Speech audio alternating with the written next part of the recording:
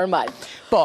Mirë, po, kush do të asjeli busqeshjen, vjen Adela, si vjen Adela, vjen Shqiponja, si dalgëzim. Vjen e kuqja jonë që na mungonte, bardhazistave. Si u bëm gjithë shumë e këto. Mirë se erdhe Adel. Mirë se u gjeta. Wow, si e bërë sot. Gëzuar 28 nëntorin, ditën e pavarësisë. Kush e ngriti flamurin ama? Jo atë ditë që ka ngritë Skënderbeu në Vlorë. Ismaili, e kemi mësuar që... Po edhe Skënderbeu e ngriti, po se ngriti në Vlorë. Diku tjetër, s'ka rëndësi se ku. Po, aty është çështja më e rëndë. Po, aty. Një flamur... Shiko, në përgjithësi njerëzit e mençur bëjnë gabime ose ndjekin strategjinë që thua një broçkull që të harrojnë gjërat e tjera. Ashtu, juve e festuat 28 nëntorin, e festoni? Jam punë, po e festojmë.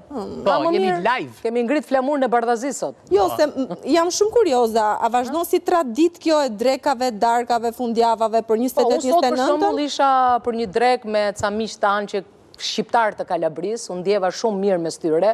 Ato mbanin mend akoma ato fjalët që i kishim mësuar dhe ja kishin trashëguar brez pas brezi dhe kuptova një gjë, që dashuria dhe patriotizmi tek shqiptarët që nuk jeton në Shqipëri është gjithmonë më i fortë.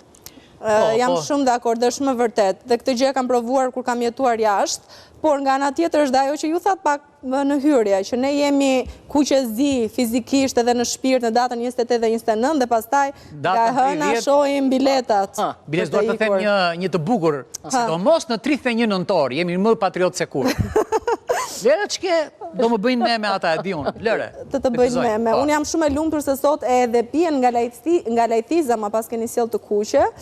Një flakërim Coca-Cola, fiks për atmosferën. Unë gjithsesi do e respektoj, unë do dalë sot. Pas 28-ës, do e shijoj këtë atmosferën. Po ti po pive ujë këtu edhe ato s'ke nevojë të dalësh, se i more gjitha vitaminat, i more gjithë gjërat që duhen. Se lajthiza... Do qik do serumin e alkoholit tani se. Jeta natës, do qik alkoholit. Lajthiza nuk bën alkohol, kështu që nuk kemi... Thjesht të karikon që të kesh energji të qëndrosh e hidratuar. Nuk kemi. Tani, të nisim nga lajmet e sotme? Të nisim patjetër. Po, me 28-ën do e nisim dhe me flamu, që mos na humbasi. Me Skënderbeun apo jo? Ky lajmi im s'ka Skënderbeu brenda. Lëre se s'më hiqet nga mendja moja. Por ka flamur. Në fakt unë se kisha parë këtë lajm derisa ma tregoi Ornela, edhe se besova në fillim, po Jo, ai vet.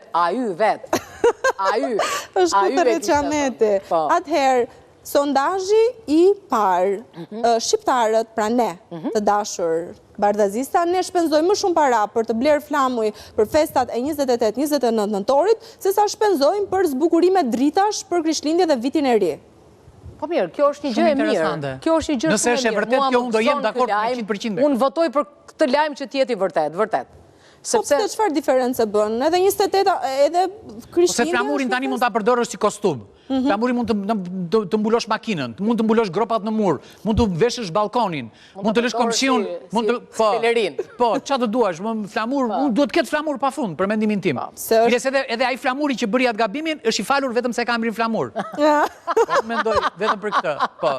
Po rrofshin flamujt. Po i themi flamur. Nëse mua më mungon një gjë, dua të shikoj atë flamurin e bukur të qëndisur, se këto fotokopjet e flamurit shqiptar... Atë të marri gostu atë? Atë dua të shikoj. Edhe ai sa do i shtrenjtë unë duar që shqiptarët atë flamur të blejnë. Jo, për atë s'kanë se sepse flamuri nuk ka çmim. I kanë harxuar lekë duke bler bluzat e Gjermanit edhe do ta kishin bler edhe atë që thua ti, po i kanë. Po as do po kursejnë, Pra këtë lajm ju e besoni të dy? Jo, nuk është e besoj, do donim ta besonim. Po mirë, edhe Krishtlindja dhe Viti i Ri është një festë që sjell harmoni dhe gëzim në familje. Unë kam përshtypje që flamurët shqiptar ku prodhojnë, në Kinë?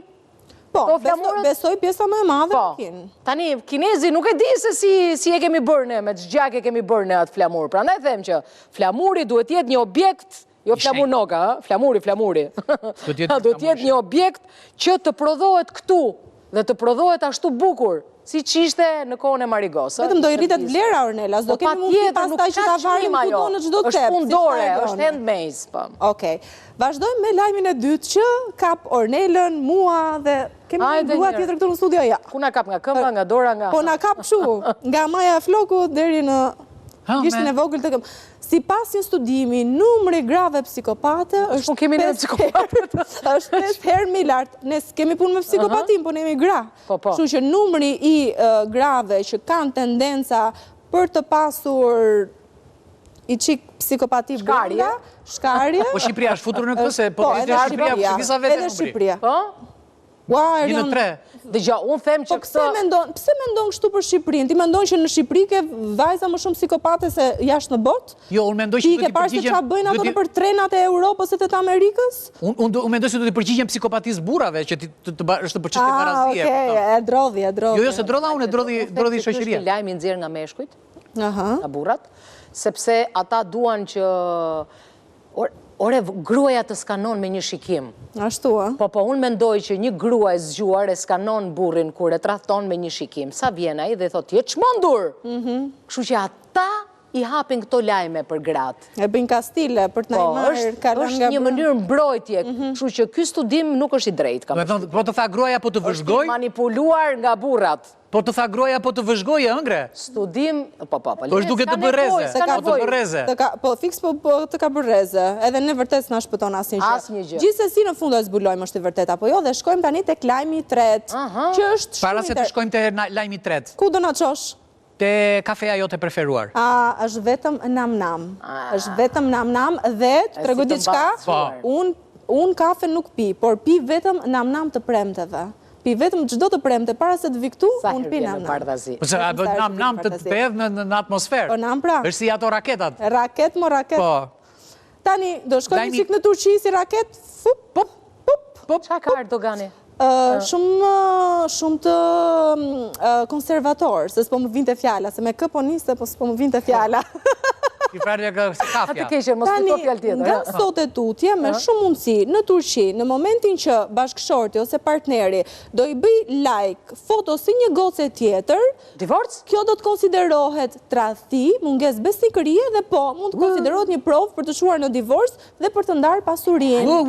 Alibi për të mbyll Instagramin, duket. Nuk e besoj. Unë do kisha vajt burg me këtë. Jo, e besoj. Unë i bëj like gjithve, burra, gra, çuna, çat jenë.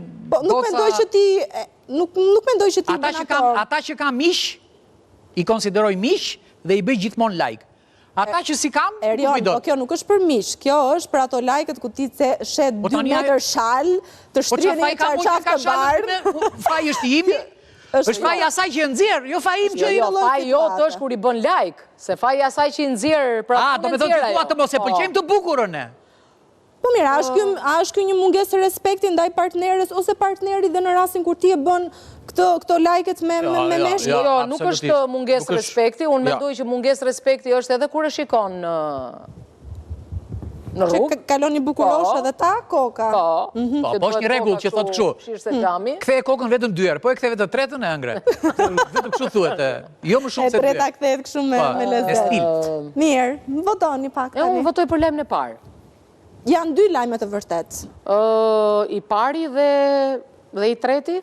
Po? Unë nuk e besoj lajmin e dytë dhe besoj... Njësoj si mua, do më thë. Jo, as të tretin se besoj. Po do votosh për 2. Po ti mos e beso po deshe, po?